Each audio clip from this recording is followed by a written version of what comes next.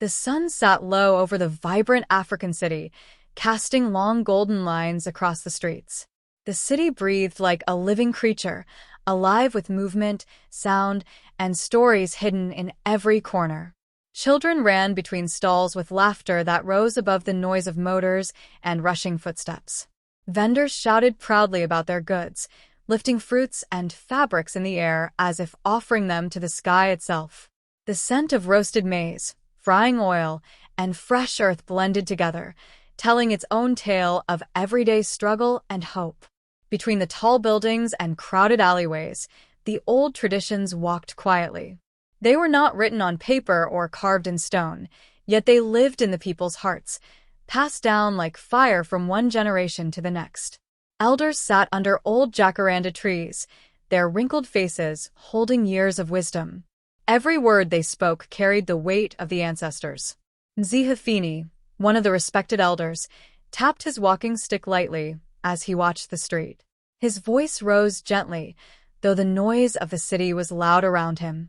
"My children," he said to the small group of youths who had gathered nearby, "this city changes its clothes every year. But remember, new clothes do not change the heart inside." The young people listened with half smiles, half doubt. Among them were those who dreamed of money, shiny phones, and tall apartments. They loved their traditions, yes, but the world outside grew bigger every day. Cars sped past like hungry spirits, chasing time. Billboards shone with the faces of models who looked untouched by dust or sweat. The youth felt torn between the old and the new, between roots and roads. As they stood there, a sleek black car drove past, leaving a cloud of dust and whispers. Some youths followed it with their eyes, dazzled.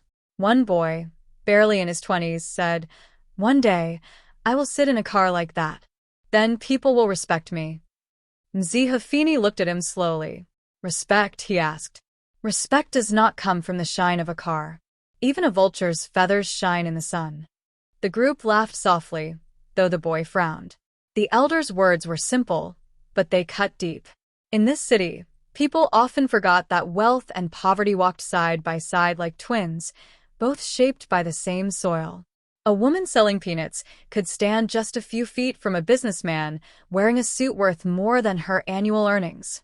Yet the air belonged to both. The streets welcomed both.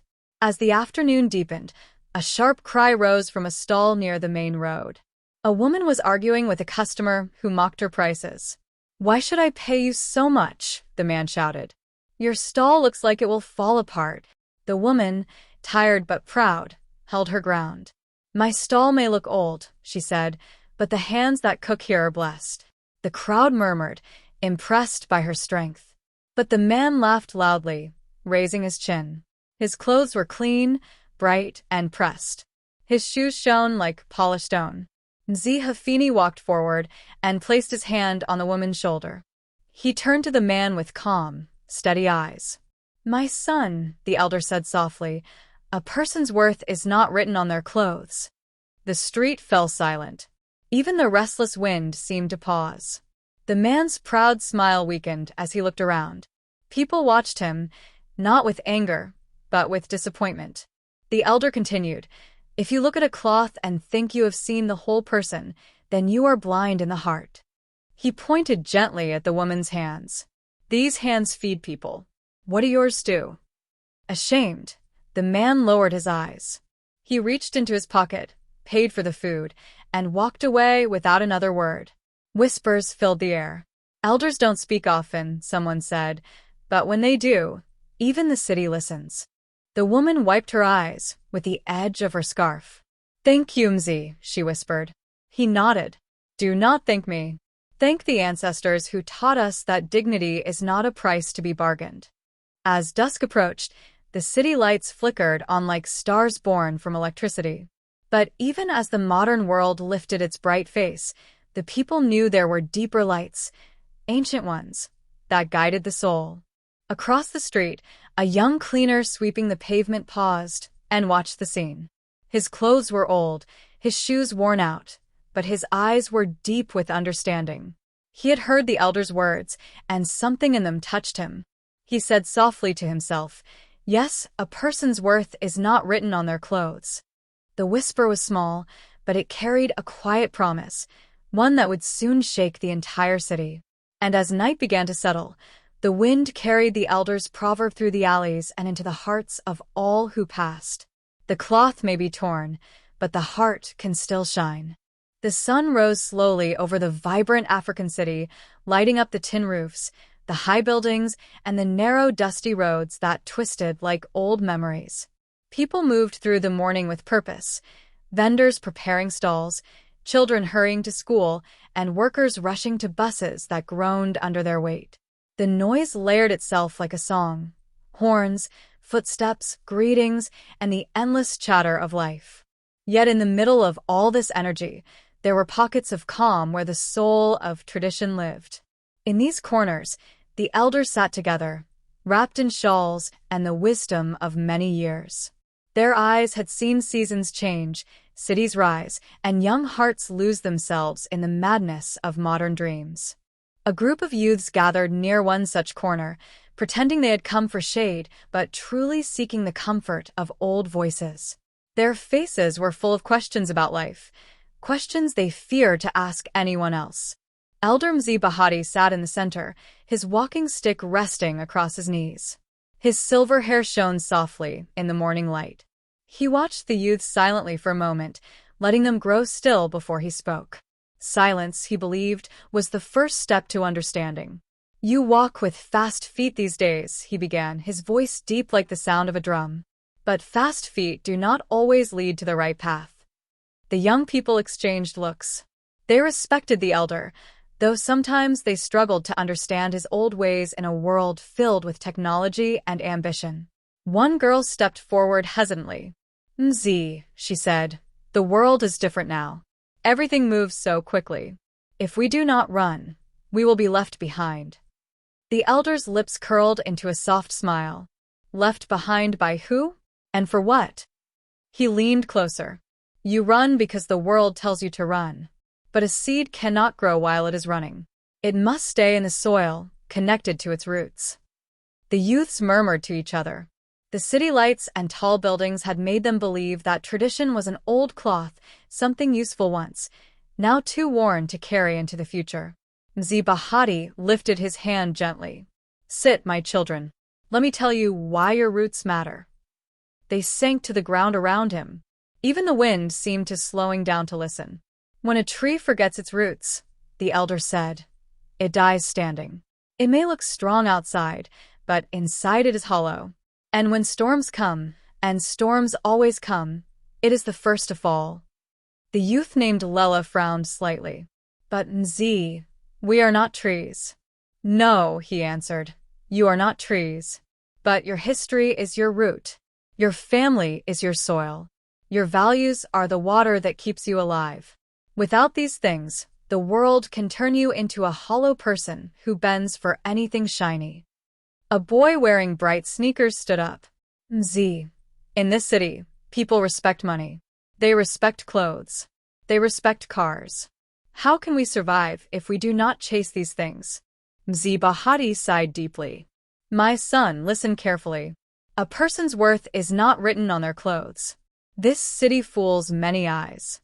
A shiny coat can hide a rotten heart, and a torn shirt can cover a king." The youth fell silent. Something in those words struck them like a hidden truth rising to the surface. The elder continued, "I have seen people with nothing share their last piece of bread. And I have seen people with everything refuse even a smile. So tell me, who is rich? Who is poor?" The boy lowered his head. Just then, an old woman passing by stopped and greeted the elders with a respectful bow. She balanced a basket of vegetables on her head. Her clothes were worn, but her smile shone with dignity. "Mzee Bahati," she said softly, "may the ancestors give you strength." "And you as well, Mama Aji," the elder replied warmly. The youths watched how gently everyone treated Mama Aji. She had no wealth, no car, no fine clothes, yet she was respected because of the kindness she carried in her soul. After she left, the elder turned to the youths again. "You see, respect is not bought. It is earned." The group nodded slowly, their earlier confidence melting into reflection. For the first time, they saw the city differently, not only as a race toward success, but as a place where hearts were tested every day. Zibahati tapped his walking stick on the ground, making a soft thump. Walk with pride in who you are. Let the world modernize. Yes, let it grow. But you must carry your roots with you like a hidden lantern. It will guide you when the road becomes dark. A quiet understanding settled over the group. The youth rose to their feet, each one carrying the elder's words in their heart like a seed waiting to bloom.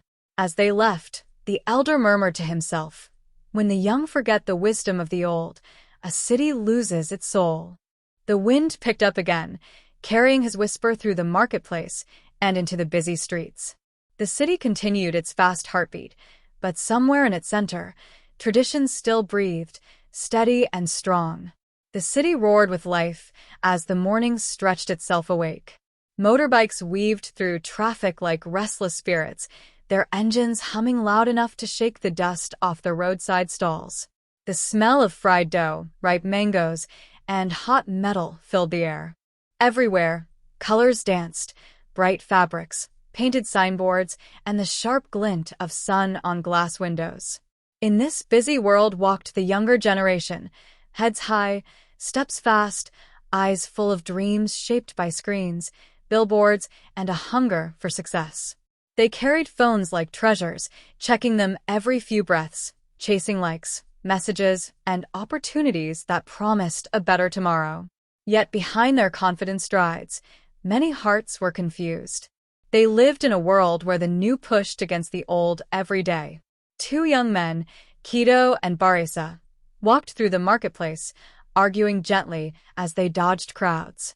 Kido raised his phone proudly. "Look at this, Barisa. New software training. If I finish, I can get a job in the city offices. Big salary.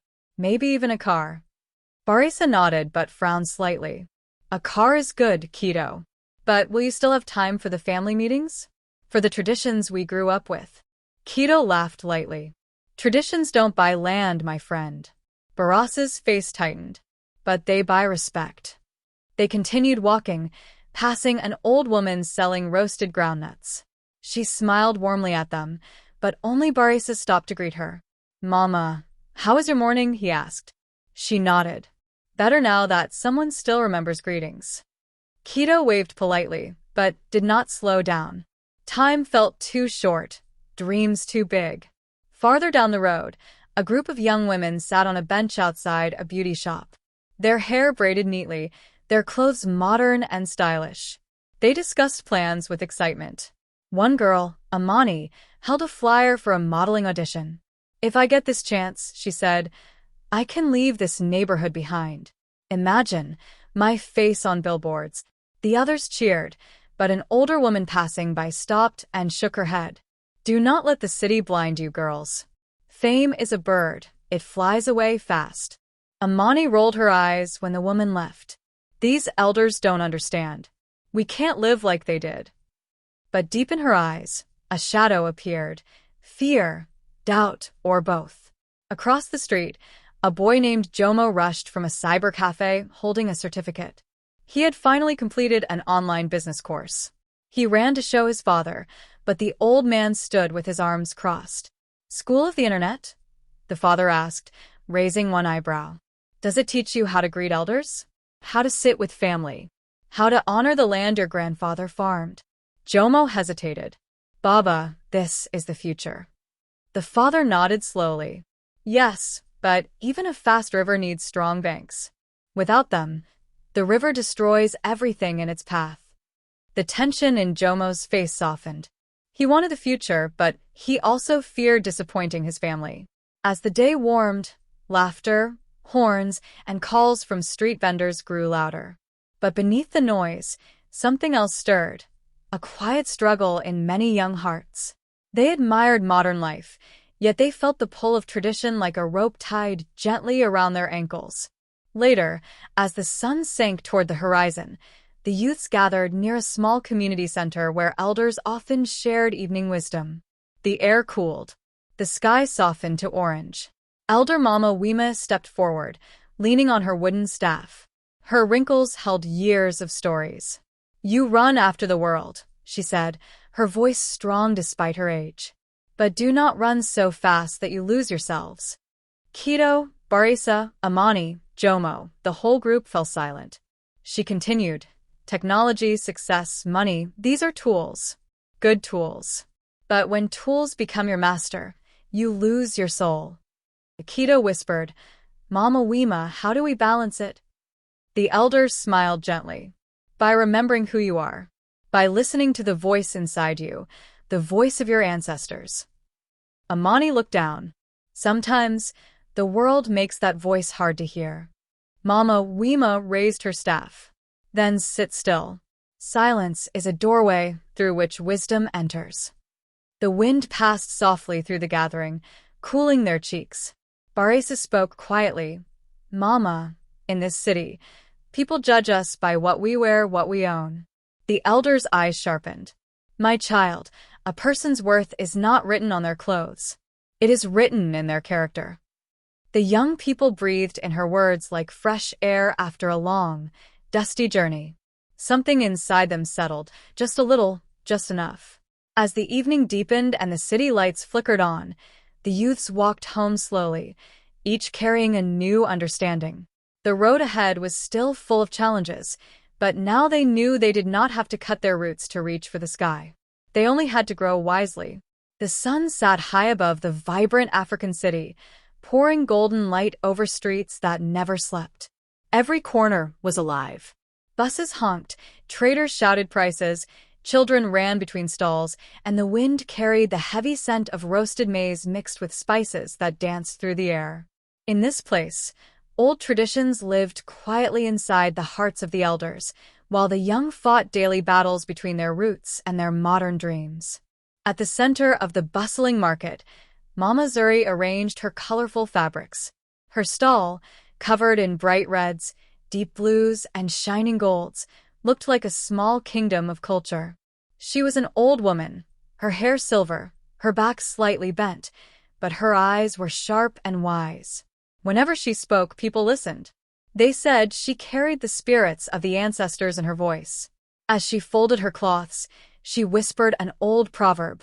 "A person's worth is not written on their clothes." She said it slowly, as though offering it to the wind so whoever needed it would hear. Not far from her stall walked Kato, a young man draped in a fancy jacket he bought with almost all the money he had. His shoes shone like he had polished them with the pride of a king. He moved through the market with stiff shoulders, avoiding eye contact with people he thought were too simple. In his heart, he believed that respect only came to those who dressed like the rich men in the tall glass buildings. As he passed Mama Zuri's stall, she called out warmly, Hey, young man. Why do you walk like a stranger in your own land?" Kato paused, slightly annoyed. "Mama, the city respects those who look successful. If you don't dress well, they step on you like dust." Mama Zuri gave a soft laugh. "My child, even dust builds the road others walk on. Do not forget that." But Kato only sighed and walked on. He entered deeper into the market where everything felt louder and more alive. Women stirred large pots of stew, their laughter rising above the sound of sizzling oil. Men roasted peanuts and cassava, calling out prices in voices that carried across the street like drumming rhythms. Children giggled as they chased each other around wooden crates of mangoes and oranges. The colors around him, bright yellow peppers, deep green leaves, shining red tomatoes, looked like the city was painting itself with hope. Yet even in this beauty, Kato saw only the cracks. He noticed the old vendor with torn clothes, the barefoot child carrying a basket twice his size, the mother bargaining hard because she needed one extra coin to feed her family. He frowned. "How can I stay humble here? This is why I must look like someone important," he muttered. Just then, a small boy bumped into him, nearly dropping the basket of limes he carried. "Sorry, sir," the boy cried, bowing his head. "Watch where you're going," Kato snapped, brushing off his jacket like the boy's touch had stained it. Mama Zuri, who had followed slowly behind, shook her head. Kato, your jacket shines, but your heart grows dull." Kato turned sharply. "Mama, Things are different now. These tall buildings, he pointed toward the shining skyscrapers rising above the market. These people in suits, this modern life, nobody respects you if you look poor. The old woman stepped closer. Her voice became soft, but powerful, like the calm before a storm. Listen to me, child. In this market, where soil meets spice and sweat meets dreams, every soul carries value. These people you look down on, they carry stories older than the tallest building in the city. You see clothes, but I see hearts. I see strength. I see the roots that keep the city standing. Kato looked away, embarrassed. But Mama Zuri wasn't done. I once knew a man, she said, eyes distant. He chased the city's riches too. When he forgot where he came from, the city spit him out like spoiled fruit. Remember, Kato, when a tree forgets its roots, even the wind becomes its enemy. Kato swallowed hard. Her words felt heavy, like stones placed gently on his chest. A moment of silence filled the air before the market's noise rushed back.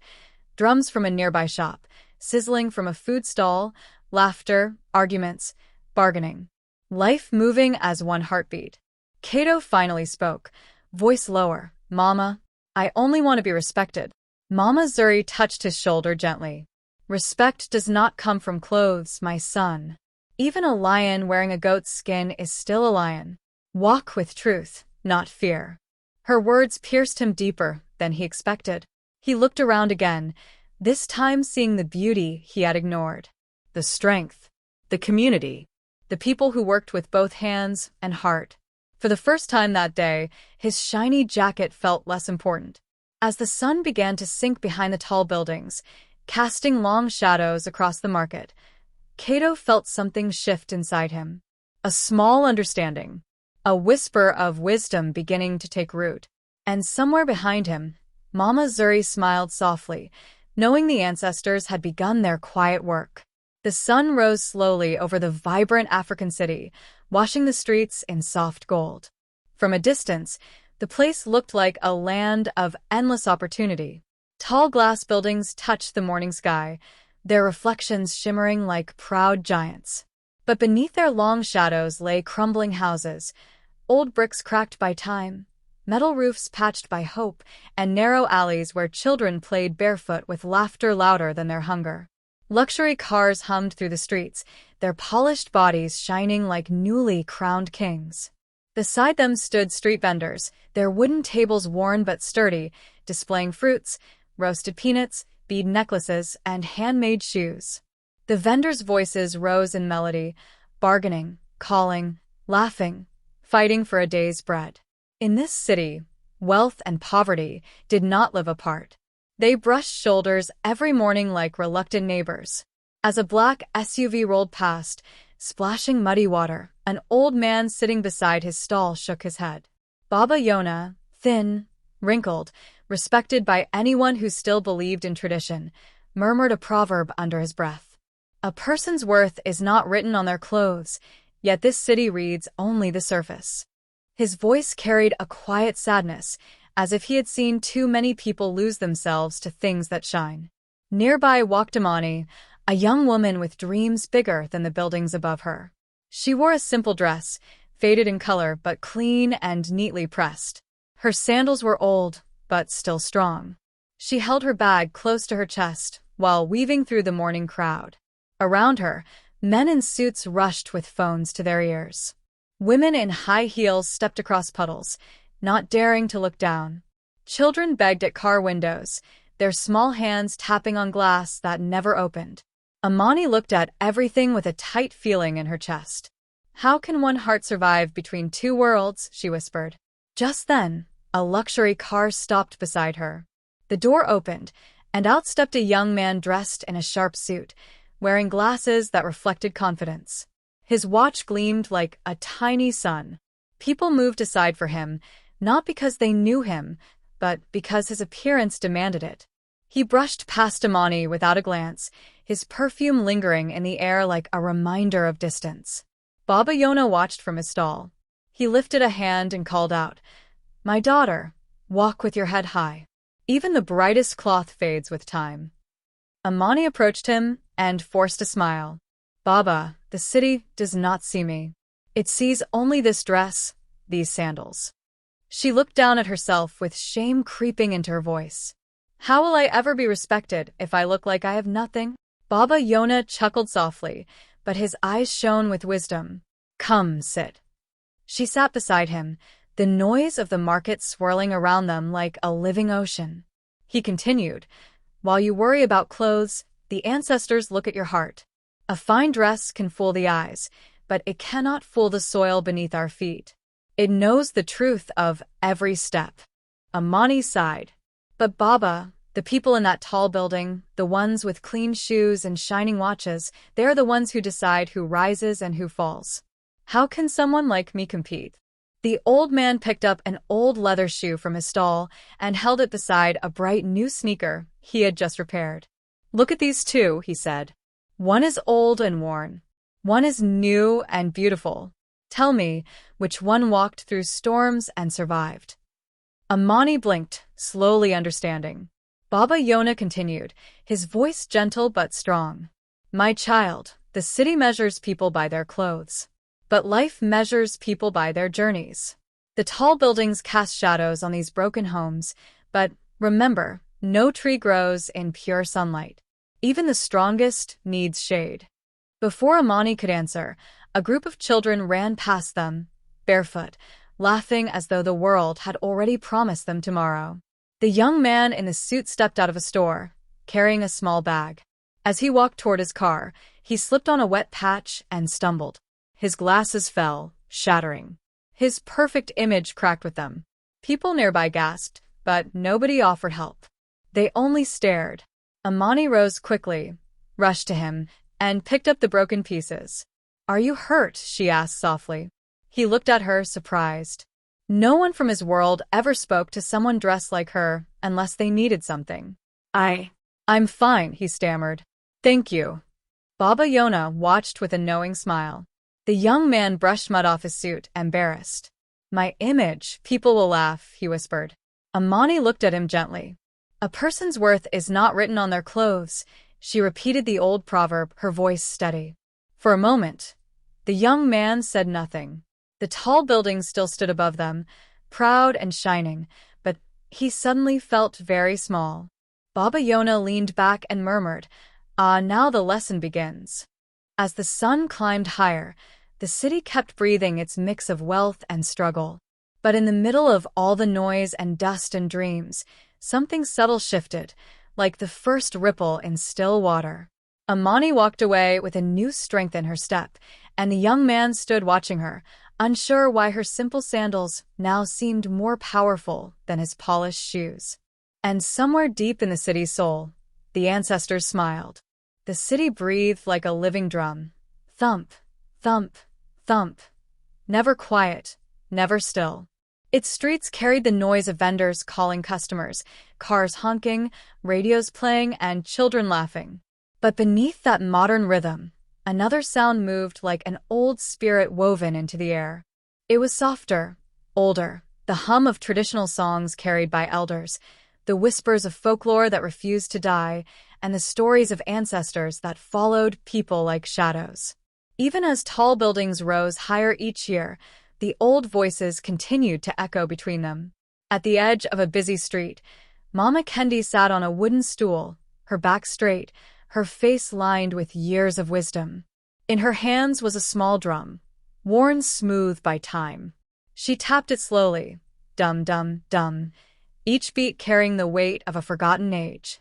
Children gathered around her every morning, even as the noise of the city tried to drown her out. She began to chant in a low voice. Long before these iron giants touched the sky, our ancestors walked with the spirits.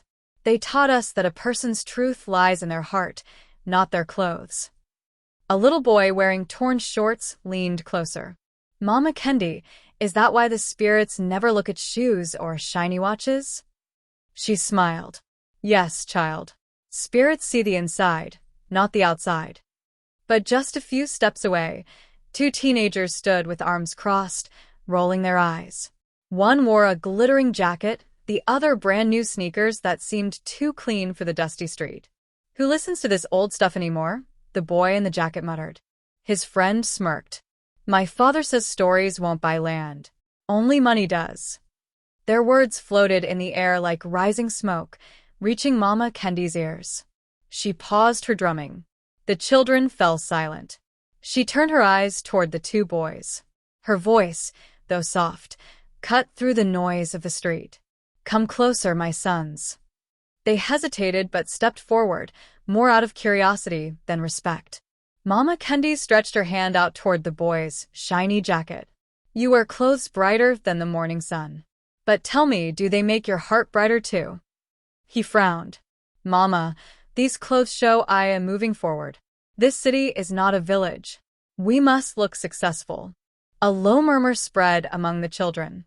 Some nodded, others looked confused. Mama Kendi tapped the drum once. Ah.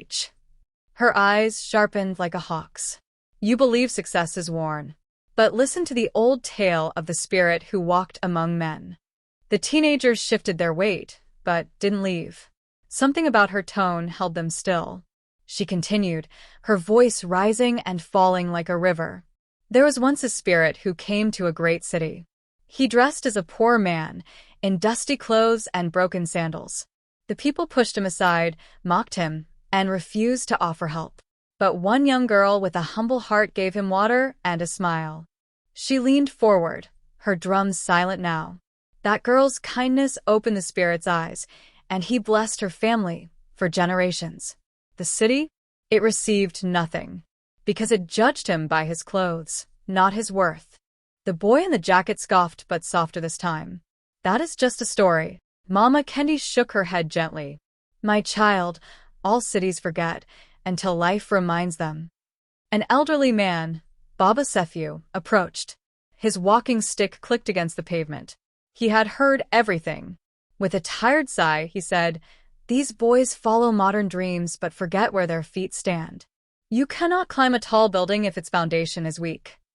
The boy with clean sneakers lowered his gaze for a moment. A group of women passing by hummed a familiar ancestral tune. Another vendor, an old man selling roasted maize, added a proverb under his breath. The river that forgets its source will dry. Young people walking by paused. Even those wearing headphones or holding smartphones slowed their steps. For a moment, the stories of the past met the noise of the present, and neither pushed the other away. The boy in the jacket looked around and swallowed hard. Mama Kendi, do you think the ancestors still watch us in this big city? She placed her warm, wrinkled hand on his wrist. They watch more closely than you think. These tall buildings may scrape the sky, but they cannot block the eyes of the spirits. The boy's friend whispered, Maybe we should sit? Mama Kendi smiled softly. Sit and remember the truth. A person's worth is not written on their clothes. It is written on their actions. The two boys slowly sat among the younger children. Above them, the skyscrapers shone in the sun. Below them, the old drums sounded again, dum-dum-dum, blending past and present, refusing to disappear. And in that moment, a small balance returned to the heart of the city. The sun rose slowly over the vibrant city of Mukuza, spilling a golden light across the crowded streets. Vendors were already shouting their morning prices, chickens darted between legs, and the aroma of fresh mandatsi danced in the air. Cars honked, taxis weaved through the narrow roads, and tall buildings cast long shadows over small market stalls. It was a city where old traditions lived in the bones of the elders, but the fast steps of the youth pushed strongly against them. At the edge of the market stood an old man named Baba Nuru, known for his wise words and calm heart. His back was bent, but his spirit stood straight like the great baobab tree. Children often gathered around him in the evenings to hear stories that shaped their dreams. But this morning, he simply watched the young people rushing past him, eyes fixed on their phones, ears covered with shiny headphones, their minds racing far ahead of their feet. He sighed softly. The river may change its path, he murmured, but the water still knows the way home. Beside him walked Deo, a young boy with bright eyes and clothes that had seen many days. Though his shirt was faded and his sandals worn thin, his heart carried a quiet confidence. He respected Baba Nuru and listened carefully whenever the old man spoke. As they walked through the marketplace, voices filled the air like mixed drums, some soft, some sharp.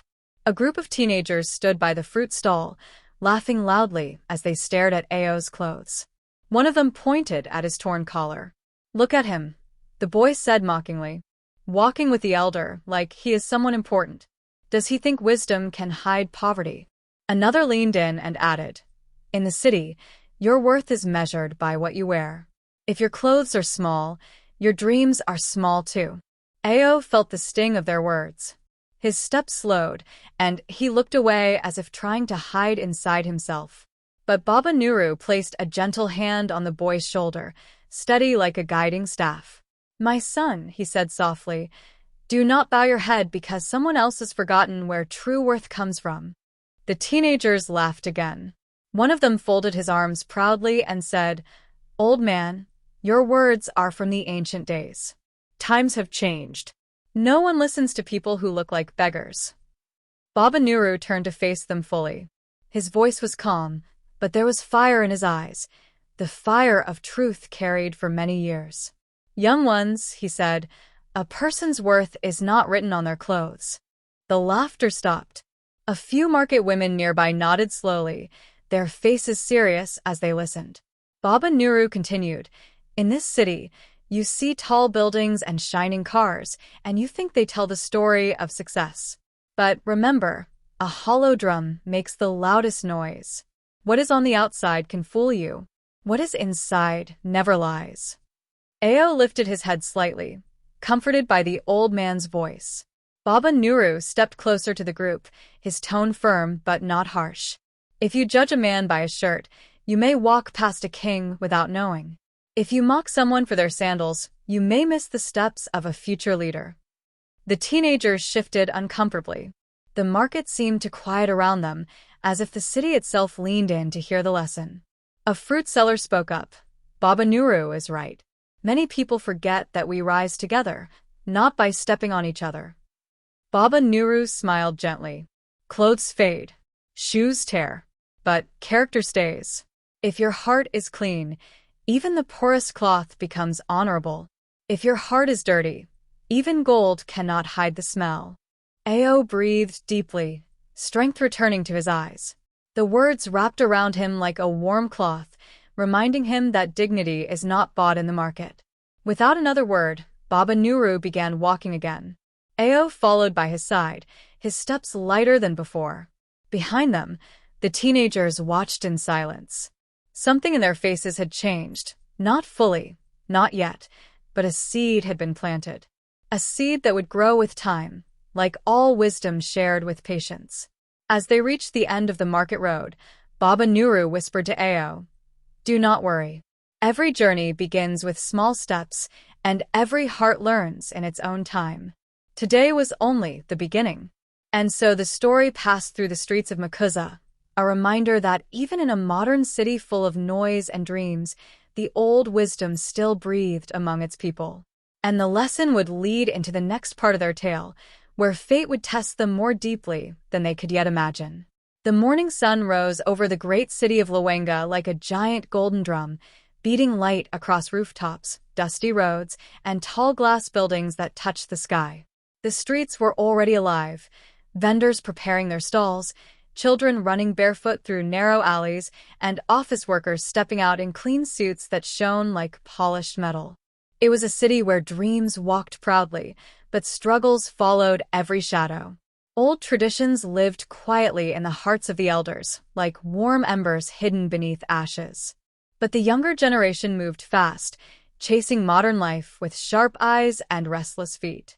Music from loudspeakers mixed with the rhythmic pounding of pestles in distant courtyards, blending the old and the new like two spirits forced to share the same body.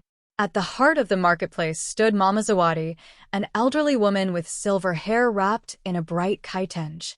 Her stall was small, barely held together by wooden poles and a sheet of faded cloth. Yet every morning, people came to her not for her roasted maize alone, but for the way she spoke. Slow, calm, and wise, as though each word carried the weight of forgotten ancestors. Near her stall, a young man named Kido struggled through the crowd with a torn school bag hanging over one shoulder.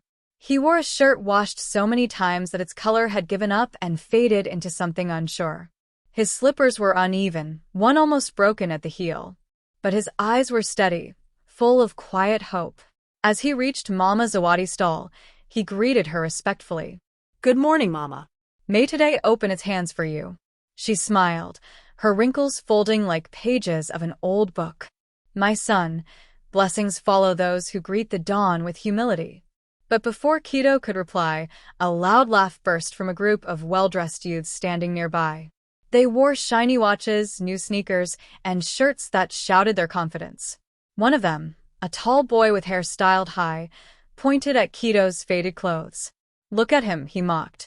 "Walking like he owns the whole city, when his shirt can barely hold itself together." Another added, "Maybe if he stopped dreaming and got better clothes, people would take him seriously." Their laughter cut through the market like sharp knives. Kido's shoulders tensed. His hand tightened around the strap of his bag. He looked down, wishing for a moment that his clothes were not telling such loud stories about his life. Mama Zawadi watched silently, her eyes narrowing. She slowly wiped her hands on her cloth, then stepped forward. "Young men," she began, her voice calm but heavy like a drum before a storm, "you speak of clothes as though they tell the truth about a man." The boys shrugged, one replying boldly, "In this city, Mama, appearance is everything. If you look poor, people treat you like dust." Mama Zawadi nodded slowly. Dust." She bent down, picked up a handful of loose earth, and let it slip through her fingers. "Tell me, does dust not build the land you walk on? Does dust not feed your food, grow your forests, hold your homes?" The boys shifted, unsure. She walked to her pot of roasted maize and picked up 2 cobs, one bright, golden, and perfect, the other burnt and ugly on the outside. Holding them up, she spoke louder, drawing the attention of nearby traders. "Listen well, children of Luenga. A person's worth is not written on their clothes." The market quieted. Even the goats paused. She handed the shiny golden cob to one of the proud boys. "Break it." He snapped it easily. Inside, the kernels were dry and empty, eaten by worms. Gasps spread through the crowd. Then she handed the burnt-looking cob to Kido. "Now you, my son." Kido broke it carefully. Inside, the kernels were full, bright, and healthy. Mama Zawadi raised her voice, letting it flow like a river through the marketplace. "What you see outside can deceive you. The cloth may tear, the shoe may wear out, but the heart of a person, that is where true value lives. A man dressed in rags may carry the future, while a man dressed in wealth may carry nothing at all." The proud boys looked at the empty cob in their friend's hand as shame crept slowly over their faces. Their laughter died like weak flames in the rain. Kido lifted his head. His eyes shone, not with pride, but with newfound strength. The weight on his shoulders felt lighter, as though the ancestors themselves touched his spirit. Mama Zawadi placed a gentle hand on his back. "Walk tall, Kido. The city may judge by eyes, but wisdom judges by heart." The marketplace buzzed again, but something had changed. A whisper moved through the crowd. A whisper of truth, a whisper of awakening. Even the wind seemed to pause, carrying the echoes of the old woman's words through the streets of Luenga. And deep inside that city of noise, dreams, and endless struggle, a seed of understanding began to grow, one that would shape the events yet to come. The city of Luenga was alive with its usual clamor, yet today there was a hush beneath the noise, a tension that seemed to ride on the wind. Birds perched on the wires above the streets watched silently, their eyes bright as though they too sensed the city's restless heartbeat. Traders shouted their wares, children ran with ragged kites, and shiny cars gleamed as they wove through dusty alleys. But beneath the bustle, a subtle murmur of destiny began to stir. In a quiet corner near the market, Baba Nuru sat on a low wooden stool, his walking stick resting across his knees. His eyes, sharp as eagle talons, scanned the crowd. He noticed the laughter of the young men who mocked the boy with the worn shirt and uneven sandals. There was no malice in their hearts yet, but there was arrogance, and fate does not forget arrogance. They will soon learn, Baba Nuru whispered to himself, the words carried like a secret to the street. The eye sees, but the heart reveals what the eye cannot. Kido walked by, unaware of the threads of destiny tightening around him. He passed the crowded stalls, the scent of roasted maize and spices filling his lungs. The city's colors, vivid reds, deep yellows, and the vibrant greens of fresh vegetables, danced in his vision. And yet, he felt the weight of eyes on him, judging him by the torn fabric of his shirt, the frayed edges of his shoes. A woman selling cloth called out, "Look not at the shirt, my son. Look at the strength in your step." Her voice was soft, yet it carried across the street like a bell. Kido paused and met her gaze. She smiled knowingly, nodding toward Baba Nuru, who raised a single finger as if to confirm that something unseen was at work.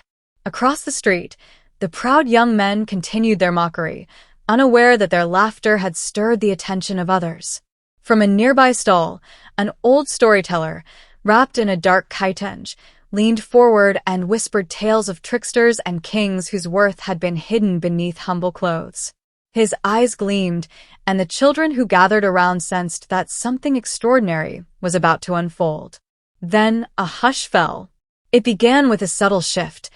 The wind carried the scent of distant rain, and the chatter of the market seemed to pause, as if the city itself was holding its breath. A shiver of suspense ran through Kido's spine, though he did not yet understand why. The very air seemed to hum, hinting at hidden truths, reminding everyone that appearances were fragile and judgment by sight was a dangerous path. Baba Nuru rose slowly, leaning on his stick. He spoke quietly, yet every word felt like it echoed through the alleys. Those who mock the humble may soon see the weight of their own pride. The city watches. The ancestors watch. And fate does not sleep. The teenagers glanced around, uneasy now. The streets felt different, the market alive with a presence they could not see. Kido, though still unaware of the storm gathering around him, felt a strange calm settle in his chest. His worn shoes pressed into the soil, and for the first time, he realized that he walked not just through streets of judgment, but through paths that destiny had carved for him. The sun broke through a thin layer of clouds, casting light unevenly across the bustling city. Shadows stretched long across walls and cobblestones, revealing cracks and gaps that had previously gone unnoticed. It was as if the city itself was pointing to hidden truths, whispering to those willing to listen. From the market's edge, a trader laughed nervously, feeling the sudden weight of the unseen. "Did you feel that?" he asked no one in particular. "Something stirs, like the spirits of the old days." Baba Nuru's eyes flickered, with quiet approval. "Yes," he murmured, "the city prepares. Soon, those who judge by sight will learn that the heart and courage of a man are the treasures the eye cannot see." Kido straightened, sensing a change in the rhythm of the streets. Though he could not see the lessons ready to unfold, he felt their presence in the shiver that ran along the spines of the market stalls, in the pause of the children's laughter, and in the steady gaze of the elders who had long known that a life's true value is invisible to those who look only at the outside. And in that moment, the first threads of fate began to weave themselves, a quiet, suspenseful promise that those who judged by what they saw would soon confront the truths they had long ignored. The city thrummed with life, but underneath, it held its breath, waiting for the unveiling to begin.